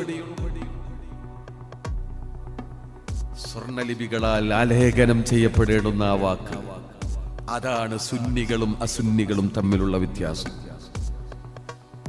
അവിടെയാണ് ഈമാനിന്റെ മിഅ്യാർ, യഥാർത്ഥ ഈമാനിന്റെ അളവുകോല് അവിടെയാണ്. മഹാനായ സിദ്ദീഖുൽ അക്ബർ റളിയല്ലാഹു തആല അൻഹു ഖുറൈശിയാണ്. റസൂലുള്ളാഹി ഈ പ്രബോധനവുമായി വന്ന അന്ന് മുതൽ റസൂലുള്ളാഹിക്ക് എല്ലാ സേവനവും ചെയ്ത് ഒപ്പമുള്ള ആളാണ്. അതിന് മുമ്പ് തന്നെ സുഹൃത്തുക്കളാണ്. റസൂലുള്ളാഹി തന്നെ പറഞ്ഞു, നിങ്ങളൊക്കെ ഈ ദീനിനെ ഒരുപാട് സഹായിച്ചിട്ടുണ്ട്, അതിനൊക്കെ ഞാൻ പ്രത്യുപകാരം ചെയ്തിട്ടുണ്ട്. പക്ഷേ മഹല അബൂബക്കർ, ഈ അബൂബക്കർ എന്ന് പറയുന്ന ഒരു മനുഷ്യനൊഴികെ അദ്ദേഹം ഈ ദീനിനെയും എന്നെയും സഹായിച്ചതിന് പ്രത്യുപകാരം ചെയ്യാൻ എന്നാൽ സാധ്യമല്ല. അത് അല്ലാഹു തന്നെ കൊടുത്തോളും എന്നാ പറഞ്ഞത്. ആ സിദ്ദീഖ്, അത്രമേൽ മഹത്വമേറിയ സിദ്ദീഖിനെ കൊണ്ട് ഈ ഉമ്മത്തിന് കിട്ടിയ ഗുണത്തിന് പകരം നൽകാൻ എന്നാൽ സാധ്യമല്ല, അത് അല്ലാഹു തന്നെ കൊടുത്തോളും എന്ന് പറഞ്ഞ അതേ സിദ്ദീഖ്, ആ സിദ്ദീഖ് റസൂലിനോട് അപ്പൊ പറഞ്ഞ മറുപടി എന്താണെന്നറിയോ? ലാ യംബഗി ലിബ്നി അബീ ഖുഹാഫ അൻ യഖിഫ ബൈന യദൈ റസൂലില്ലാഹ്. അബൂ ഖുഹാഫന്റെ മോൻ റസൂലുള്ളാഹിന്റെ മുന്നിൽ നിൽക്കുകയോ അതിന്റെ മനസ്സനുവദിച്ചില്ല നബിയേ. അതിനിന്റെ കാല് കൂടിയില്ല നബിയേ. വേറൊന്നുമല്ല, അങ്ങ് പറഞ്ഞതൊക്കെ ഞാൻ മനസ്സിലാക്കി. അബൂ ഖുഹാഫന്റെ സ്വയം നിസ്സാരവൽക്കരിച്ചുകൊണ്ട് അബൂ ഖുഹാഫന്റെ മോൻ അബൂബക്കർ റസൂലുള്ളാഹിന്റെ മുന്നിൽ നിൽക്കുകയോ, അതാണ് നുബുവത്തിന്റെ മഹത്വം മനസ്സിലാക്കുക എന്ന് പറഞ്ഞത്. നുബുവത്തിന്റെ മഹത്വം മനസ്സിലാക്കി കഴിഞ്ഞാൽ, അതും ഖത്മുൻ നുബുവത്തിന്റെ മഹത്വം മനസ്സിലാക്കി കഴിഞ്ഞാൽ, ആ ഖത്മുൻ നുബുവത്തിന്റെ ഒരു രോമത്തിന്റെ മുന്നിൽ ഈ പ്രപഞ്ചം മുഴുവനും നിഷ്പ്രഭമാണ് എന്ന് മനസ്സിലാക്കുന്നിടത്താണ് ഈമാൻ. അവിടെയാണ് ഈമാൻ. അതാണ് സിദ്ദീഖ് മനസ്സിലാക്കിയത്. ലാ യംബഗി ലിബ്നി അബീ ഖുഹാഫ, അബൂ ഖുഹാഫന്റെ മോൻ റസൂലുള്ളാഹിന്റെ മുന്നിൽ നിൽക്ക്, അതിനെന്റെ മനസ്സ് അനുവദിച്ചില്ല നബിയെ, അതിനെന്റെ കാല് കൂടിയില്ല നബിയെ എന്ന് പറഞ്ഞപ്പോൾ റസൂലുള്ളാഹി ആ വിശദീകരണം ശരിവെക്കുകയും സിദ്ദീഖിനെ ശരിവെക്കുകയും ചെയ്യുകയാണ്. ഈ വിധത്തിലുള്ള ഒരു ബഹുമാനം അമ്പിയാക്കൾക്കും ഔലിയാക്കൾക്കും മഹാന്മാർക്കും നൽകിക്കൊണ്ട് അതിനുശേഷം ഇനി ഓരോ ചരിത്രം ഇങ്ങനെ പറഞ്ഞാൽ നീണ്ടുപോകും. അതുകൊണ്ട് പ്രധാന പോയിന്റുകൾ മാത്രം നൽകാൻ വേണ്ടി ഞാൻ കൂടുതൽ വിശദീകരിക്കുന്നു. ഇനി ഉമർ ഇബ്നുൽ ഖത്താബ് അബൂബക്കർ സിദ്ദീഖും തമ്മിലുള്ള ബന്ധം നിങ്ങൾ ആലോചിച്ച് നോക്ക്. ഇതേ ക്രമത്തിൽ ഉമർ ഇബ്നുൽ ഖത്താബ് തങ്ങൾ എത്രമാത്രമാണ് സിദ്ദീഖിനെ ആദരിച്ചത്. ഉമർ ഇബ്നുൽ ഖത്താബ് തങ്ങൾ പറഞ്ഞു, അബൂബക്കറിന്റെ ഒരു രാത്രിക്കും ഒരു പകലിനും ഉമറിന്റെ ജീവിതം മുഴുവനും തുല്യമാവുകയില്ല എന്ന് പറയുന്നു. വെറുതെ ബടായി പറയുന്നവരല്ല അവർ പറയുന്നതൊക്കെ യാഥാർത്ഥ്യങ്ങളാണ്, സത്യസന്ധമാണ്. ആ നിലക്കുള്ള ബഹുമാനം കൊടുക്കേണ്ടവർക്കൊക്കെ കൊടുത്ത് ബഹുമാനപ്പെട്ട അബ്ബാസ് റളിയല്ലാഹു തആല അൻഹു, കാന ഉമർ വ ഉസ്മാൻ റളിയല്ലാഹു അൻഹുമാ, ഇമാം ദഹബി അടക്കമുള്ള ചരിത്ര ഗ്രന്ഥങ്ങളും മറ്റു ചില ഹദീസ് ഗ്രന്ഥങ്ങളിലൊക്കെ കാണാം, കാന ഉമർ വ ഉസ്മാൻ, ഉമർ റളിയല്ലാഹു തആല അൻഹും ഉസ്മാൻ ഇബ്നു അഫ്ഫാൻ റളിയല്ലാഹു തആല അൻഹും ഇങ്ങനെ എങ്ങോട്ടെങ്കിലും പോവുകയാണെങ്കിൽ, ഇദാ കാന റാക്കിബൈനി, അവർ വാഹനപ്പുറത്ത് പോവുകയാണെങ്കിൽ അബ്ബാസ് റളിയല്ലാഹു അൻഹു വരുന്നത് കണ്ടാൽ, അബ്ബാസ് റളിയല്ലാഹു അൻഹു അല്ലാഹുവിന്റെ റസൂലിന്റെ എളാപ്പയാണ്, ആ എളാപ്പ വരുന്നത് കണ്ടാൽ യൻസിലാനി, അവർ അവരുടെ വാഹനപ്പുറത്ത് നിന്ന് ഇറങ്ങി നിൽക്കും, അതബോടുകൂടെ ഇറങ്ങി നിൽക്കും. ആരാ ഉമർ? എന്റെ ശേഷം ഒരു പ്രവാചകൻ ഉണ്ടെങ്കിൽ അത് ഉമറാകുമെന്ന് പഠിപ്പിച്ച ഉമർ. റസൂലുള്ളാഹി പറഞ്ഞ ഉമർ, യാ ലഹു മിൻ അബ്ഖരിൻ, എന്തൊരു പ്രതിഭാധനനാണെന്ന് പറഞ്ഞ അതേ ഉമർ. അവരുടെ പ്രതിഭയൊക്കെ ഇവിടെയാണ് കാണുന്നത്. ഉസ്മാൻ റളിയല്ലാഹു അൻഹു അങ്ങനെ പോകുന്നത് കണ്ടാൽ അവരുടെ വാഹനപ്പുറത്ത് നിന്ന് ഇറങ്ങി നിൽക്കും, ഇജ്ലാലൻ ലി അമ്മി റസൂലില്ലാഹ് സ്വല്ലല്ലാഹു അലൈഹി വസല്ലം, റസൂലുള്ളാഹി സ്വല്ലല്ലാഹു അലൈഹി വസല്ലം തങ്ങളുടെ എളാപ്പയെ ബഹുമാനിച്ചുകൊണ്ട്. ഒരു ദിവസം ഉമയ്ക്ക് ഇങ്ങനെ പോവാണ്, മഴ പെയ്തിട്ടുണ്ട്. മഴ പെയ്തതിന്റെ ബാക്കിയൊക്കെ ഇങ്ങനെ ഉണ്ട്, ഇങ്ങനെ മേലെന്ന് വീടിന്റെ മുകളിൽ നിന്ന് ഇങ്ങനെ വരുന്നുണ്ട്. അപ്പോ അബ്ബാസ് റളിയല്ലാഹുവിന്റെ വീടിന്റെ അരികിലൂടെ ഉമർ റളിയല്ലാഹു ഇങ്ങനെ പോവുക. മൂപ്പര് ഖുത്ബ ഓതാൻ വേണ്ടി പോവുക, നല്ല വസ്ത്രമൊക്കെ ധരിച്ച്, പറ്റുന്ന നല്ല അതിനുള്ള അബായൊക്കെ ധരിച്ചിട്ട് ഇങ്ങനെ പോവാണ്. അപ്പൊ ഈ പാത്തിരി അവിടേക്ക് എത്തിയപ്പോ പാത്തിയിൽ നിന്ന് കച്ചറവെള്ളം കണ്ടു പോയി, നേരെ ഉമർ റളിയല്ലാഹുവിന്റെ തലയിൽ കണ്ടുപോയി.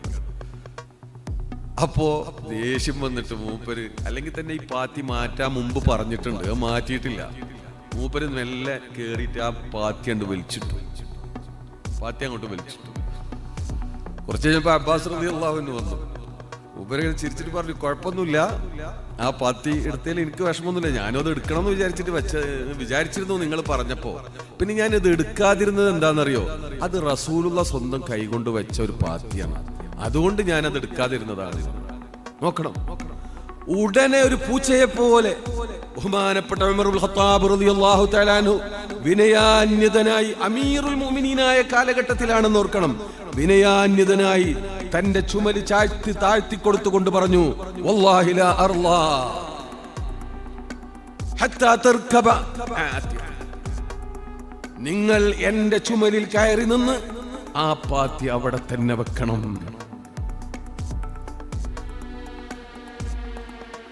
എന്ന് പറയുന്ന ഒരു ബഹുമാനുണ്ട്. ഇതാണ് ദീനിന്റെ അസ്ല്. അതാണ് വമൻ യുഅള്ളിം ശആഇറല്ലാഹ് എന്ന് പറയുന്നത്. അതവിടെ വെച്ചെങ്കിലേ ഞാൻ തൃപ്തിപ്പെടുകയുള്ളൂ. അതൊന്നും വേണ്ട, നമുക്ക് പിന്നെ ആരെ കൊണ്ടെങ്കിലും വെപ്പിക്കാം. ഇല്ല, ഞാൻ സത്യം ചെയ്തു പോയി, എന്റെ സത്യത്തിൽ എന്നെ പിഴപ്പിക്കരുത് എന്ന് പറഞ്ഞു. ഈ വിധത്തിൽ മഹാന്മാരായ സഹാബത്തിന്റെ ചരിത്രം ഇങ്ങനെ പരിശോധിച്ചാൽ അവിടെ നിങ്ങോട്ട് പിന്നീടുള്ള താബിഈകളുടെയും അയിമ്മത്തിന്റെയും ഒക്കെ ചരിത്രം ഇങ്ങനെ പരിശോധിച്ചാൽ ഇത് വളരെ ഗൗരവത്തിലാണ് അവർ കണ്ടിരുന്നത്. ഇതിലൊരു വിട്ടുവീഴ്ചയും അവർക്കുണ്ടായിരുന്നില്ല. ഇത് ആണ് പരിശുദ്ധ ദീനിന്റെ ഒന്നാമത്തെ അസ്ല്. അത് വിശ്വാസവുമായി ബന്ധിക്കുന്ന അസ്ലാണ്. വിശ്വാസവുമായി ബന്ധിക്കുന്ന ഈ അടിത്തറ, അതിന് കോട്ടം സംഭവിച്ചാൽ, ഞാൻ നേരത്തെ കൃത്യമായി പറഞ്ഞത് ഞാൻ അടിവരയിട്ട് പറയുന്നു, എന്റെ പ്രിയമുള്ള പ്രവർത്തകരെ, എന്റെ പ്രിയമുള്ള പണ്ഡിത സഹോദരങ്ങളെ, ഞാൻ ഈ പറഞ്ഞ യാഥാർത്ഥ്യത്തെ പരിശുദ്ധ ഖുർആനിന്റെ ആയത്തുകൾ എണ്ണി എണ്ണി എണ്ണി വിശദീകരിക്കാൻ നമുക്ക് കഴിയും. ഒരു കൊമ്പനി നമ്മൾ ഭയപ്പെടേണ്ടതില്ല. അത്ര തെളിഞ്ഞ സത്യങ്ങളാണത്. തഅലീമു ശആയിർ എന്ന സംഗതി ഇല്ലായ്മയായാൽ പിന്നീട് ഹിദായത്ത് നിലനിൽക്കുകയില്ല. ഇബ്ലീസിന്റെ ചരിത്രം പോലും അതാണ് നമ്മെ പഠിപ്പിക്കുന്നത്. വാനലോകത്ത് ഹിദായത്ത് നിലനിൽക്കണമെങ്കിൽ, മലായികത്തിന് ഹിദായത്ത് നിലനിൽക്കണമെങ്കിൽ, ഭൂമിയിൽ അള്ളാഹു ഖലീഫയായി നിശ്ചയിച്ച ആദം അലൈഹി സ്വലാത്തു വസ്സലാമിനെ ബഹുമാനിച്ചോളണം എന്നാ അള്ളാഹു അവിടെ പ്രഖ്യാപിച്ചത്. അതാണ് അവിടെ പ്രഖ്യാപിച്ചത്. എല്ലാവരും ബഹുമാനിച്ചു. ബഹുമാനിച്ചവരുടെ ഹിദായത്ത് നിലനിന്നു. ഒരുത്തൻ അതിന് തയ്യാറായില്ല, അവൻ മൽഊനായി. കണ്ടോ? അടിവരയിട്ട് മനസ്സിലാക്കേണ്ടുന്ന യാഥാർത്ഥ്യങ്ങളാണ്. ഇതിന് വെറും ആയത്തെടുത്ത് എണ്ണി എണ്ണി പറയുകയാണെങ്കിൽ നമുക്ക് എത്രയോ പറയാൻ കഴിയും. അത്ര വലിയ ഈ യാഥാർത്ഥ്യത്തെയാണ് പുത്തനാശയക്കാർ ആദ്യമായി ചോദ്യം ചെയ്തത്. നേരത്തെ ഞാൻ പറഞ്ഞു, നീതിയും അനീതിയും ഉണ്ടാകുന്നവരാണ്, നീതിയും അനീതിയും ഉണ്ടാകുന്നവരാണ് പ്രവാചകന്മാർ എന്ന് തെറ്റിദ്ധരിച്ചു. ഒരു ദിവസം 100-ലധികം തെറ്റു ചെയ്യുമെന്ന് പച്ചയിൽ എഴുതിയത് എങ്ങനെ ദീനാകും? പിന്നെ നബി സല്ലല്ലാഹു അലൈഹി വസല്ലമ തങ്ങൾ 70 വട്ടവും 100 വട്ടവും ഇസ്തിഗ്ഫാർ ചെയ്തിരുന്നത് അത്രയും തെറ്റ് ചെയ്തത് കൊണ്ടാണെന്ന് പച്ച മലയാളത്തിൽ എഴുതി പിടിപ്പിക്കുന്ന ദീനുകാര്. അതെന്ത് ദീനാ? അതെവിടെയാണ് ദീനാകുന്നത്? എവിടെയാണ് പിന്നെ ഹുർമത്തുള്ളത്? ഈ പ്രവാചകന് പിന്നെന്ത് വിലയാണുള്ളത്? തെറ്റുകൾ സംഭവിക്കുന്ന പ്രവാചകനെ എങ്ങനെയാണ് പിന്നെ പിൻപറ്റുന്നത്? ആ തെറ്റുകൾ സംഭവിക്കുന്ന ആളുകളുടെ വാക്കിനെന്ത് വിലയാണുള്ളത്? അന്നങ്ങനെ പറഞ്ഞു വെച്ചു. ഇന്ന് നിലവിലുള്ള പുത്തനാശയക്കാരുടെ ഇപ്പോൾ സമ്മേളനം പ്രഖ്യാപിച്ചിട്ടുള്ള ഉമർ സുല്ലമിയുടെ ഒക്കെ വാദം എന്താണ്? ഹദീസ് വന്നാൽ അത് ആധുനിക ശാസ്ത്രീയ തത്വങ്ങൾക്ക് നിരക്കുന്നതാണെങ്കിൽ വിശ്വസിക്കാം, അല്ലെങ്കിൽ തള്ളിക്കളയേണ്ടതുണ്ട്. മുതവാത്തിറല്ലാത്ത ഹദീസുകളൊന്നും സ്വീകരിക്കേണ്ടതില്ല, ഖബർ ആഹാദൊന്നും സ്വീകരിക്കേണ്ടതില്ല എന്ന് പറയുന്ന ദയനീയമായ നീചമായ ഈ ബിദ്അത്തിനെ നാം എതിർത്തില്ലെങ്കിൽ ഈ ദീനിന്റെ അവസ്ഥ എന്താണ്? ഈ തരത്തിലുള്ള ആശയവ്യത്യാസങ്ങൾ അയിമ്മത്തുൽ അർബഅന്റെ ഇടയിലുള്ള അഭിപ്രായ വ്യത്യാസങ്ങളെ പോലെ ലഘൂകരിക്കുന്ന ഒരു തരം വിദ്യാഭ്യാസ വിപ്ലവക്കാരുണ്ട് ഇവിടെ. ജഹിലാഭാസമല്ലേ അവർ നടത്തുന്നത്? എത്ര വലിയ അപകടമാണ് ഈ പറയുന്നത്. ഇതിനൊക്കെ നമ്മൾ ഇങ്ങനെ വകവെച്ചു കൊടുക്കണമെന്നോ? ഒരിക്കലും നടക്കുന്ന കാര്യമല്ല. ആരൊക്കെ എന്തൊക്കെ വിചാരിച്ചാലും ശരി, അള്ളാഹുവിന്റെ ദീൻ ഇവിടെ സംരക്ഷിക്കപ്പെടും. നബി സല്ലല്ലാഹു അലൈഹി വസല്ലമ തങ്ങളുടെ സുന്നത്തിനെ എങ്ങനെ സ്വീകരിക്കണമെന്ന്, ഖബർ വാഹിദിനെ എവിടെയൊക്കെ എങ്ങനെയൊക്കെ സ്വീകരിക്കണമെന്ന് മഹാന്മാരായ അയിമ്മത്ത് കൃത്യമായി രേഖപ്പെടുത്തിയിട്ടുണ്ട്. അതനുസരിച്ച് ഇവിടെ ദീൻ നിലനിർത്തുക തന്നെ ചെയ്യും. അള്ളാഹുവിനെ നിങ്ങൾ അനുസരിക്കണം, അഥവാ കിതാബിനെ അനുസരിക്കണം എന്നാണ് അതിന്റെ അർത്ഥം. റസൂലിനെ അനുസരിക്കണം, അഥവാ സുന്നത്തിനെ പിൻപറ്റണം എന്നാണ് അതിന്റെ അർത്ഥം. സുന്നത്തിനെ പിൻപറ്റിയേ പറ്റൂ, ഖുർആനിന്റെ കൽപ്പനയാണ്. നിങ്ങളുള്ള ഉലുൽ അംറിനെ പിൻപറ്റണം, അഥവാ ഇജ്മാഇനെ ഖബൂൽ ചെയ്യണം എന്നാണ് അതിന്റെ അർത്ഥം. ഇമാം റാസി തങ്ങൾ അത് കൃത്യമായി വിശദീകരിച്ചിട്ടുണ്ട്. ഉലുൽ അംറിനെ നിങ്ങൾ അനുസരിക്കണം എന്ന് പറഞ്ഞാൽ ഉലുൽ അംറിന്റെ ഇജ്മാഇനെ നിങ്ങൾ അംഗീകരിക്കണം. ഇജ്മാഇന് തെളിവാണ് എന്ന് തഫ്സീറുൽ കബീറിൽ വിശദമായി വിശദീകരിക്കുന്നുണ്ട്. അത് കഴിഞ്ഞാൽ ഫഇൻ തനാസഅതും ഫീ ഷൈഇൻ, സൂറത്തുൻ നിസാ, ഫഇൻ തനാസഅതും ഫീ ഷൈഇൻ, എന്തെങ്കിലും ഒരു കാര്യത്തിൽ നിങ്ങൾക്ക് തർക്കമുണ്ടായാൽ ഫറുദ്ദൂഹു ഇലല്ലാഹ്, അല്ലാഹുവിലേക്ക് മടക്കണം, റസൂലിലേക്ക് മടക്കണം എന്ന് പറഞ്ഞാൽ ഖുർആനിലും സുന്നത്തിലും നോക്കണം. ഖുർആനിലും സുന്നത്തിലും നോക്കിയിട്ടാണല്ലോ ഇപ്പൊ ഇങ്ങോട്ട് വന്നത്, എന്നിട്ടാണല്ലോ ഇപ്പൊ തർക്കം ഉണ്ടായത്. പിന്നെ നോക്കിയിട്ട് എന്താ കാര്യം? ഇതിനർത്ഥം വെക്കാണ് ചിലര്.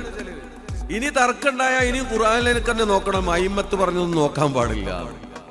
എത്ര വലിയ പോയത്താണ് ആ പറയുന്നത്.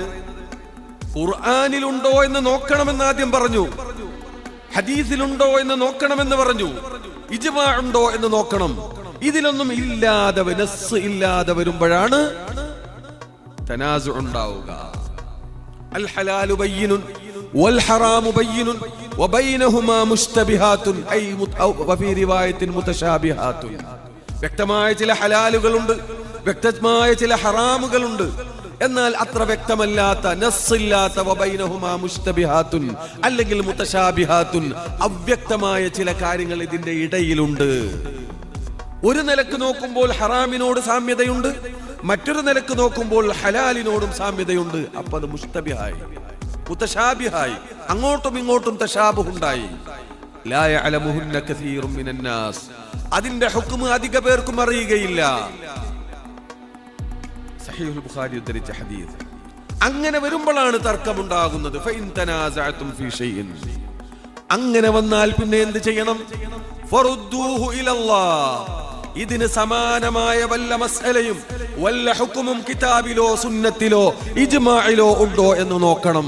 എന്നിട്ട് അതിനോട് ഖിയാസ് ചെയ്തുകൊണ്ട് ഇതിന്റെ ഹുക്മ് മനസ്സിലാക്കണം എന്നാണ് പറയുന്നത്. ഇതിന് സമാനമായ, ഇതിന് തത്തുല്യമായ വല്ല മസ്അലയും വല്ല ഹുക്മും മറ്റേതെങ്കിലും വിഷയത്തിൽ നസ്സുണ്ടോ എന്ന് പരിശോധിക്കണം ഖുർആനിൽ, ഹദീസിലുണ്ടോ എന്ന് പരിശോധിക്കണം ഹദീസിൽ. ഇല്ലാതെ വരുമ്പോൾ, ഇല്ലെങ്കിൽ ഇജ്മാ നോക്കണം. അങ്ങനെ വരുമ്പോൾ അതുണ്ടെങ്കിൽ അതിനനുസരിച്ച് നിങ്ങൾ അതിനെ ഖിയാസ് ചെയ്ത് അതിന്റെ ഇല്ലത്ത് മനസ്സിലാക്കി ഖിയാസ് ചെയ്ത് മനസ്സിലാക്കണം. അത് എല്ലാവർക്കും സാധ്യമല്ല. ലാ യഅലമുഹുന്ന കസീറും മിനന്നാസ്, ഇത് എല്ലാവർക്കും ചെയ്യാൻ കഴിയുന്ന കാര്യമല്ലെന്ന് ബുഖാരി റിവായത്ത് ചെയ്ത ഹദീസിൽ റസൂലുള്ളാഹി സ്വല്ലല്ലാഹു അലൈഹി വസല്ലം തങ്ങൾ പറഞ്ഞു. അതിന്റെ ശറഹിൽ ഹാഫിദ് ഇബ്നു ഹജർ അൽ അസ്ഖലാനി തങ്ങൾ പറയുന്നു, ഇത് ചില്ലറ ചില ആളുകൾക്ക് അറിയും, ഖലീലിന് ഇത് അറിയും എന്നാണ് അതിന്റെ മഫ്ഹൂം. എല്ലാവർക്കും അറിയില്ല, അധിക പേർക്കും അറിയില്ല എന്നാണ് പറഞ്ഞത്. എല്ലാവർക്കും അറിയില്ല എന്നല്ല, ആർക്കും അറിയില്ല എന്നല്ല, അധിക പേർക്കും അറിയില്ല എന്ന് പറഞ്ഞപ്പോൾ ചില്ലറ കുറച്ച് ആളുകൾക്ക് അറിയും. വഹുമുൽ അഇമ്മത്തുൽ മുജ്തഹിദൂൻ, ഇബ്നു ഹജർ അൽ അസ്ഖലാനി ഫത്ഹുൽ ബാരി, അവരാണ് അഇമ്മത്ത് മുജ്തഹിദുകൾ. ഒന്നാമത്തെ അസ്ൽ ഞാൻ പറഞ്ഞു വെച്ചു, രണ്ടാമത്തെ അസ്ലിനെ സംബന്ധിച്ചാണ് ഞാൻ സംസാരിക്കുന്നത്. ഈ രണ്ട് അസ്ലിനെ തകർക്കുകയാണ് ബിദ്അത്തുകാരുടെ ഉദ്ദേശം. അത് അയിമ്മത്ത് മുജ്തഹിദുകൾ ചെയ്യേണ്ടുന്ന പണിയാണ്. അതിനെന്ത് വേണം? നസ്സുണ്ടോ എന്ന് പരിശോധിക്കണം ആദ്യം. നസ്സ് ഇത്രയും വിശാലമാണ്, ലക്ഷക്കണക്കായ ഹദീസുകൾ, പരിശുദ്ധ ഖുർആനിന്റെ അർത്ഥവ്യാപ്തി, പരിശുദ്ധ ഖുർആനിന്റെ അർത്ഥവ്യാപ്തി എത്രയാണെന്ന് നമുക്കെല്ലാവർക്കും അറിയാം. മഹാന്മാരായ അയിമ്മത്ത് പറഞ്ഞു വെച്ചിട്ടുണ്ട് ആ വിഷയങ്ങളൊക്കെ. എന്നല്ല ഇമാം സുയൂത്തിക്ക് ഒരു ബഹസുണ്ട്. ബഹുമാനപ്പെട്ടവർ പറയുന്നുണ്ട്, ഇനി ഈസ നബി അലൈഹിസ്സലാത്തു വസ്സലാം പിന്നീട് വരുമ്പോൾ എങ്ങനെയായിരിക്കും ഹുക്മ് ചെയ്യുക? ചില ആളുകൾ പരിഹസിക്കാറുണ്ട്. അവർ ഹുക്മ് ചെയ്യുന്നത് ഷാഫി മദ്ഹബ് കൊണ്ടാണോ ഹനഫി മദ്ഹബ് കൊണ്ടാണോ എന്നൊക്കെ പറഞ്ഞ് കളിയാക്കാറുണ്ട്. ഇതൊക്കെ അയിമ്മത്ത് മുന്നേ ചർച്ച ചെയ്തു പോയിട്ടുണ്ട്. അവിടെ ഈസാ അലൈഹിസ്സലാത്തു വസ്സലാം പിന്നീട് ഇനി രണ്ടാമത് ഇറങ്ങി വരുമ്പോൾ എങ്ങനെയായിരിക്കും ഹുക്മ് ചെയ്യുക എന്ന വിഷയം അയിമ്മത്ത് ചർച്ച ചെയ്തുകൊണ്ട് പറഞ്ഞു, ഈസാ നബി അലൈഹിസ്സലാത്തു വസ്സലാം നുബുവത്തിന്റെ അടിസ്ഥാനപരമായ സിഫാത്ത് മലക്കയുള്ളവരാണ്. രണ്ടാമത് വരുമ്പോൾ ആ ഹുക്കുമിലൂടെ അല്ല വരുന്നതെങ്കിലും അടിസ്ഥാനപരമായി നുബുവത്തിന്റെ ശേഷിയുള്ളവരാണ്. അതുകൊണ്ട് തന്നെ വിശുദ്ധ ഖുർആനാണ് പരിശുദ്ധ ദീനിന്റെ അടിത്തറ. ആ വിശുദ്ധ ഖുർആനിന്റെ വ്യാഖ്യാനമാണ് റസൂലുള്ളാഹിയുടെ സുന്നത്ത്. അതിന്റെ വിശദീകരണമാണ് അയിമ്മത്തിന്റെ ഇജ്തിഹാദുകളൊക്കെ തന്നെ. അതുകൊണ്ട് ഇതിന്റെ ഒക്കെ ആകത്തുക പരിശുദ്ധ ഖുർആനിലുണ്ട്. പക്ഷേ അത് തിരിയണമെങ്കിൽ, അത് മനസ്സിലാവണമെങ്കിൽ നുബുവത്തിന്റെ ബസാറത്ത് വേണം.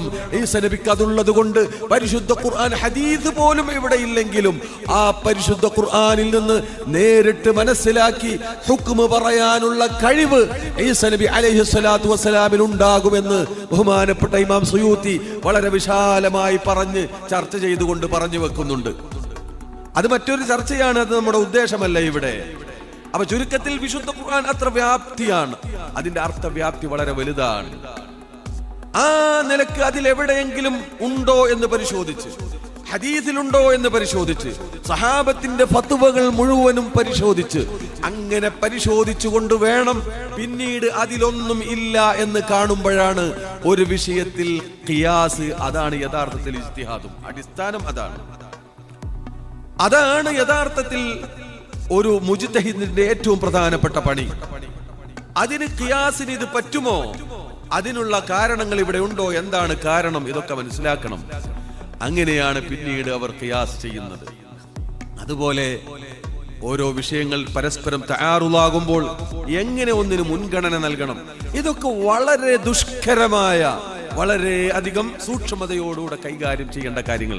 അത് ആ സൂക്ഷ്മതയുള്ള പണ്ഡിതന്മാർ, ലക്ഷക്കണക്കിന് ഹദീസുകൾ മനപ്പാഠമുണ്ടായിരുന്ന മഹാന്മാരായ അയിമ്മത്ത്, നമുക്കറിയാലോ, ബഹുമാനപ്പെട്ട അഹ്മദ് ഇബ്നു ഹംബൽ തങ്ങൾ തന്നെ പറഞ്ഞിട്ടുണ്ട്, 7 ലക്ഷം ഹദീസിൽ നിന്നാണ് ഈ മുസ്നദ് ഞാൻ ക്രോഡീകരിക്കുന്നത് എന്ന്. അബൂ സുർഅത്ത് മൂപ്പരുടെ അദ്ദേഹത്തിന്റെ ക്ലാസ്മേറ്റ്, അദ്ദേഹത്തിന്റെ ശരീക്കാണ്. അബൂ സുർഅത്ത് എന്നവർ പറയുന്നുണ്ട്, അബ്ദുല്ലാഹി ഇബ്നു അഹ്മദ് ഇബ്നു ഹംബൽ തങ്ങളോട്, അഥവാ അഹ്മദ് ഇബ്നു ഹംബൽ തങ്ങളുടെ മകനായ അബ്ദുള്ളയോട് പറയുന്നുണ്ട്, നിങ്ങളുടെ ഉപ്പാക്ക് 10 ലക്ഷം ഹദീസ് മനപ്പാഠമുണ്ടായിരുന്നു എന്ന്. അപ്പൊ നിങ്ങൾക്ക് എങ്ങനെ മനസ്സിലായി? കുന്നാനതദക്കറുഹാ, ഞങ്ങൾ അതിങ്ങനെ അങ്ങോട്ടും ഇങ്ങോട്ടും പറയാറുണ്ട്, മുദാക്കറ ചെയ്യാറുണ്ട്. ആ അഹ്മദ് ഇബ്നു ഹംബൽ തങ്ങൾ ഇമാം ഷാഫിഈ റളിയല്ലാഹു തആല അൻഹു എന്ന ആദ്യഘട്ടത്തിൽ ഇമാം ഷാഫിഈ ആയാത്തുകളുടെയും ഹദീസുകളുടെയും ഉള്ളറകളിലേക്ക് ഇറങ്ങിച്ചെന്നുകൊണ്ട് മസ്അലകൾ പറയുമ്പോൾ ആദ്യഘട്ടത്തിൽ ചിലർക്ക് എതിർപ്പുണ്ടായിരുന്നു. ചിലപ്പോൾ ഹദീസിന്റെ ലാഹിറിന് എതിരാണെന്ന് തോന്നിയിരുന്നു. അങ്ങനെ ബഹുമാനപ്പെട്ട അഹ്മദ് ഇബ്നു ഹംബൽ തങ്ങളൊന്നും അങ്ങോട്ട് പോകാൻ പ്രോത്സാഹിപ്പിച്ചിരുന്നില്ല. അങ്ങനെ അഹ്മദ് ഇബ്നു ഹംബൽ തങ്ങൾക്ക് സുഖമില്ലാതാവുകയാണ് ഒരു ദിവസം. അഹ്മദ് ഇബ്നു ഹംബൽ, യഹ്യ ഇബ്നു മഈൻ, ഇവർ രണ്ടുപേരും അക്കാലഘട്ടത്തിലെ ഏറ്റവും പ്രഗത്ഭരായ മുഹദ്ദിഥീങ്ങളാണ്. അഹ്മദ് ഇബ്നു ഹംബൽ തങ്ങൾക്ക് സുഖമില്ലാതായപ്പോ സന്ദർശിക്കാൻ വന്നു ഇമാം ഷാഫിഈ തങ്ങൾ. ഇമാം ഷാഫിഈ തങ്ങൾ വന്നു, കുറച്ചു നേരം ഇങ്ങനെ ഇരുന്നു. അപ്പോ സൂക്കടൊക്കെ കുറച്ചു നേരം ഇങ്ങനെ സംസാരിച്ചപ്പോ തന്നെ മൂപ്പരെ സൂക്കടൊക്കെ മാറിയ പോലെ ആയി. പിന്നെ എണീറ്റിരുന്നു കൊണ്ട് കുറെ എൽമിയായ വിഷയങ്ങൾ ചർച്ച ചെയ്തു. അഹ്മദ് ഇബ്നു ഹംബൽ തങ്ങൾ വല്ലാതെ ആകൃഷ്ടനായി ഇമാം ഷാഫിഈ. അങ്ങനെ ഇമാം ഷാഫിഈ പോവാനെണീറ്റപ്പോൾ ഇമാം ഷാഫിഈ യാത്ര അയക്കാൻ വേണ്ടി ഇമാം ഷാഫിയുടെ ബഗലത്തിന്റെ അടുത്തേക്ക് ബഹുമാനപ്പെട്ട അഹ്മദ് ഇബ്നു ഹംബൽ തങ്ങൾ ഇങ്ങനെ വന്നു നിൽക്കുകയാണ്. ഷാഫി ഇമാം വാഹനം കയറുന്നതും ഇങ്ങനെ കാത്തിട്ട്, അത് കണ്ടുകൊണ്ട് യഹ്യ ഇബ്നു മഈൻ ഇങ്ങനെ വരിക. യഹ്യ ഇബ്നു മഈൻ വരുമ്പോ പറഞ്ഞു, അല്ല ഷാഫി ഇമാമിനെ എന്താ ഇങ്ങനെ ബഹുമാനിക്കുന്ന? ഇമാം അന്ന് അങ്ങനെയൊന്നല്ലല്ലോ പറയാ. മുഹമ്മദ് ബിൻ ഇദ്രീസിന്റെ അടുത്തേക്ക് പോകരുതെന്ന് പറഞ്ഞ ആള് ഇത്ര ബഹുമാനിക്കുന്നത് കണ്ടപ്പോ അത്ഭുതത്തിൽ ചോദിച്ചു. അപ്പൊ ബഹുമാനപ്പെട്ട അഹ്മദ് ഇബ്നു ഹംബൽ തങ്ങൾ പറഞ്ഞ മറുപടി, നമ്മളടുത്ത് മരുന്നേ ഉള്ളൂ, ഫിഖ്ഹ് വേണമെങ്കിൽ മുഹമ്മദ് ബിൻ ഇദ്രീസ് യാത്ര ചെയ്ത ബഗലത്തിന്റെ വാലൊന്ന് ചുംബിച്ചാൽ മതി എന്നാണ് അഹ്മദ് ഇബ്നു ഹംബൽ തങ്ങൾ. മുഹമ്മദ് ബിൻ ഇദ്രീസ് ഷാഫിഈ തങ്ങൾ യാത്ര ചെയ്യുന്ന ബഗലത്തിന്റെ വാലൊന്ന് ചുംബിച്ചോ, നിനക്കും ഫിഖ് വേണമെങ്കിൽ എന്ന് പറഞ്ഞു. പിന്നീട് അവർ വളരെ അടുത്ത സ്നേഹിതന്മാരായി. ബഹുമാനപ്പെട്ട Abdullahi ibn Ahmad bin Hanbal തങ്ങൾ പറയുന്നുണ്ട്, എന്റെ ഉപ്പ എല്ലാ നിസ്കാര ശേഷവും ഷാഫി ഇമാമിന് വേണ്ടി പേരെടുത്ത് ദുആ ചെയ്യുമായിരുന്നു. ഞാൻ ചോദിച്ചു, എന്താണ്, ആരായി ഷാഫി, എന്താ ഇത്രമാത്രം ഇങ്ങനെ ചെയ്യാനുള്ളത് എന്ന് ചോദിച്ചപ്പോ, മോനെ, ഇമാം ഷാഫിഈ ലോകത്തിന് സൂര്യനെ പോലെയായിരുന്നു, ശരീരത്തിന് ആഫിയത്ത് പോലെയായിരുന്നു. ഈ പ്രപഞ്ചത്തിന് സൂര്യനില്ലെങ്കിൽ, സൂര്യന്റെ ഊർജവും അതിന്റെ താപവും ഈ ഭൂമിക്ക് ലഭ്യമല്ലെങ്കിൽ ഇതിന് ഹയാത്തില്ലാത്ത പോലെ, ശരീരത്തിന് ആരോഗ്യമില്ലെങ്കിൽ ആ ശരീരം കൊണ്ട് ഗുണമില്ലാത്ത ഫലമില്ലാത്തതുപോലെ നമ്മുടെയൊക്കെ ഇൽമ് ഫലവത്തായത് ഇമാം ഷാഫിയുടെ ഊർജം കിട്ടിയതിന് ശേഷമാണ് എന്നർത്ഥം. ആ നിലക്കുള്ള അയിമ്മത്തുകൾ അവർ എത്ര സൂക്ഷ്മതയോടുകൂടെ, ഞാൻ എന്റെ പണ്ഡിത സുഹൃത്തുക്കൾ വിഷയത്തിന്റെ ഗൗരവം മനസ്സിലാക്കാൻ, ബിദ്അത്തിനെ നിസ്സാരവൽക്കരിക്കുന്ന ഈ കാലഘട്ടത്തിൽ ഇതിനെ അതിനോട് തുലനം ചെയ്യുന്ന ഒരു വിദ്യാഭ്യാസ സമ്പ്രദായത്തെ ന്യായീകരിക്കാൻ പോലും ആളുകൾ വരുന്ന കാലഘട്ടത്തിൽ വിഷയത്തിന്റെ ഗൗരവം മനസ്സിലാക്കാൻ വേണ്ടി നിങ്ങൾ ഓർമ്മപ്പെടുത്തുകയാണ്. ഇമാം ഷാഫിയുടെ മുന്നിൽ ഒരു മസല വരുന്നു.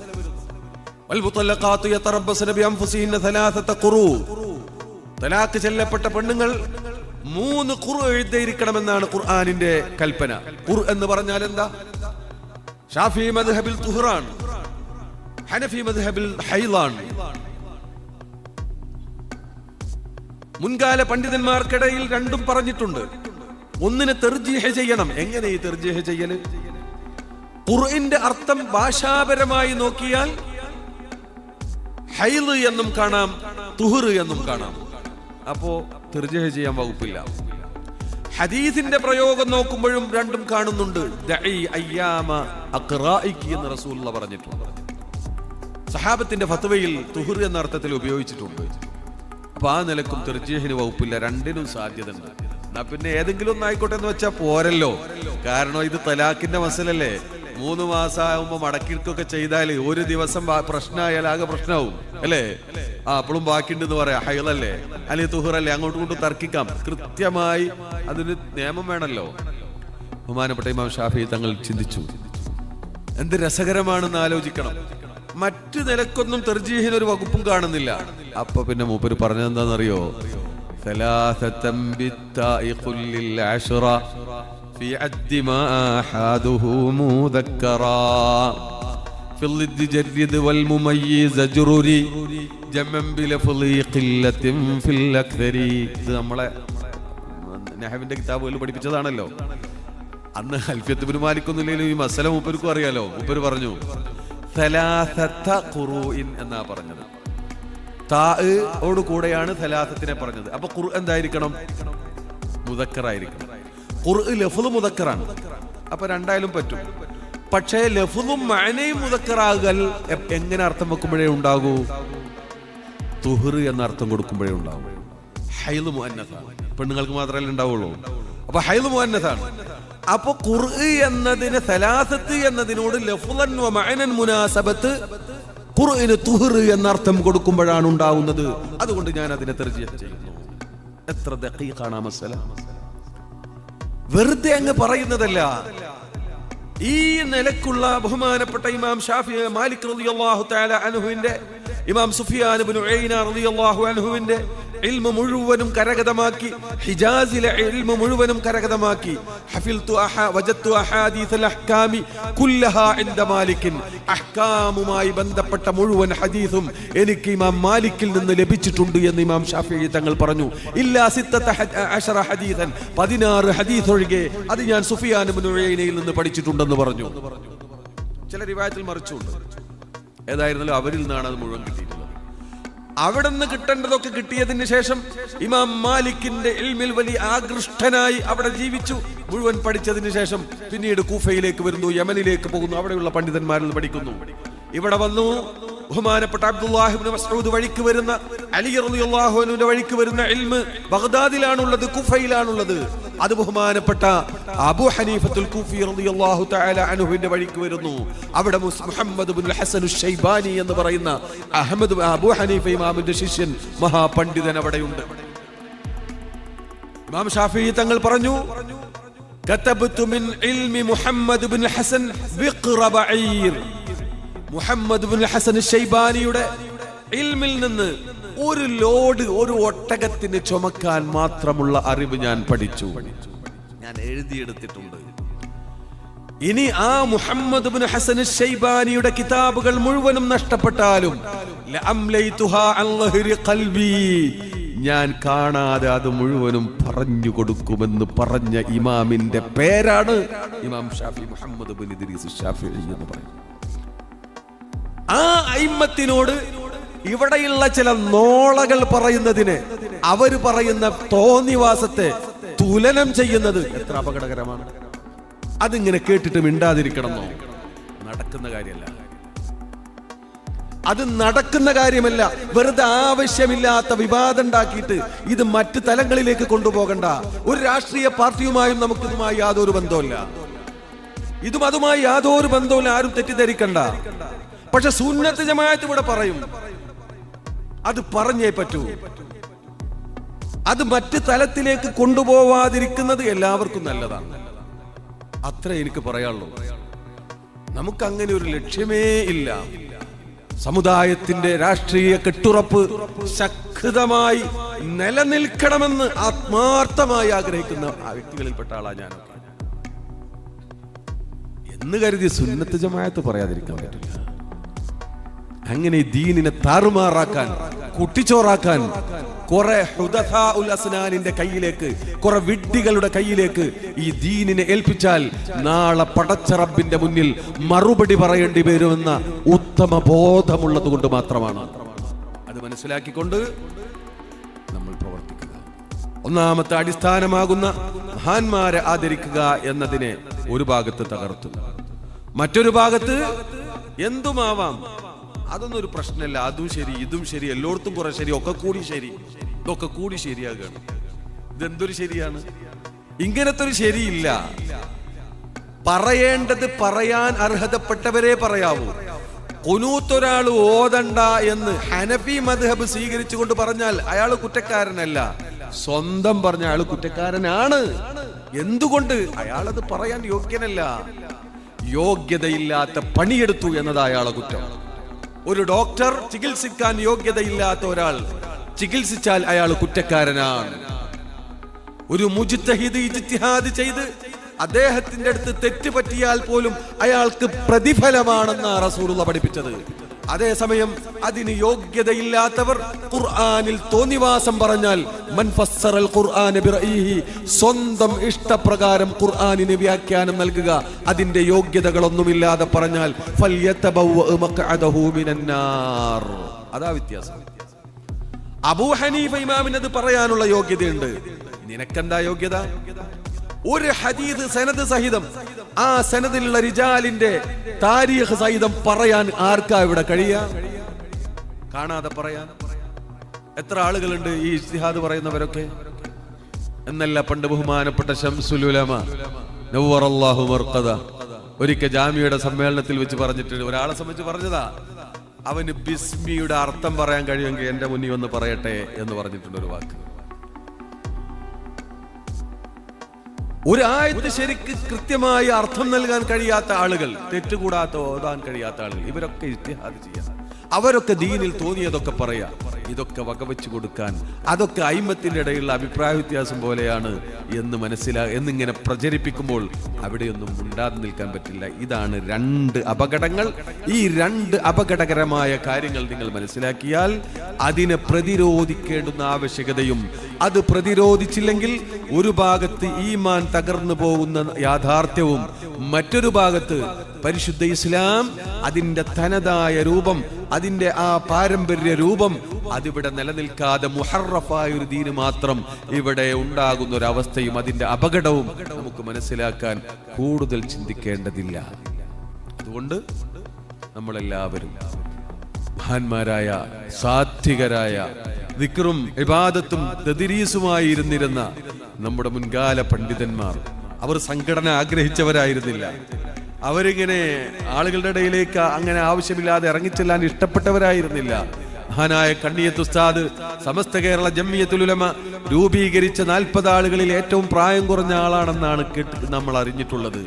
ആ കണ്ണിയത്ത് ഉസ്താദിന്റെ വറഉം സൂക്ഷ്മതയും എല്ലാവർക്കും അറിയാവുന്നതാ. പിന്നെ അതിന്റെ അപ്പുറമുള്ളതൊന്നും നമുക്ക് ആലോചിക്കാൻ പോലും കഴിയുന്നില്ല. അത്ര വലിയ മഹാന്മാരും മഹത്തുക്കളുമായിരുന്ന ആളുകൾ ഈ 2 അടിത്തറ ഇവിടെ തകർക്കപ്പെടുന്നു എന്ന് കണ്ടപ്പോഴാണ് അതിനെ ശക്തമായി സംഘടിതമായി പ്ലാനിങ്ങോടുകൂടെ എതിരിടേണ്ടതുണ്ട് എന്ന ആ ഉത്തരവാദിത്ത ബോധത്തിൽ നിന്ന് ഒരു തഖ്വയിൽ അധിഷ്ഠിതമായ ഒരു സംഘടനയ്ക്ക് ഇവിടെ രൂപം നൽകിയത്. അതിന്റെ പേരാണ് സമസ്ത കേരള ജംഇയ്യത്തുൽ ഉലമ എന്ന് പറയുന്നത്. അന്ന് മുതൽ ഇന്ന് വരെ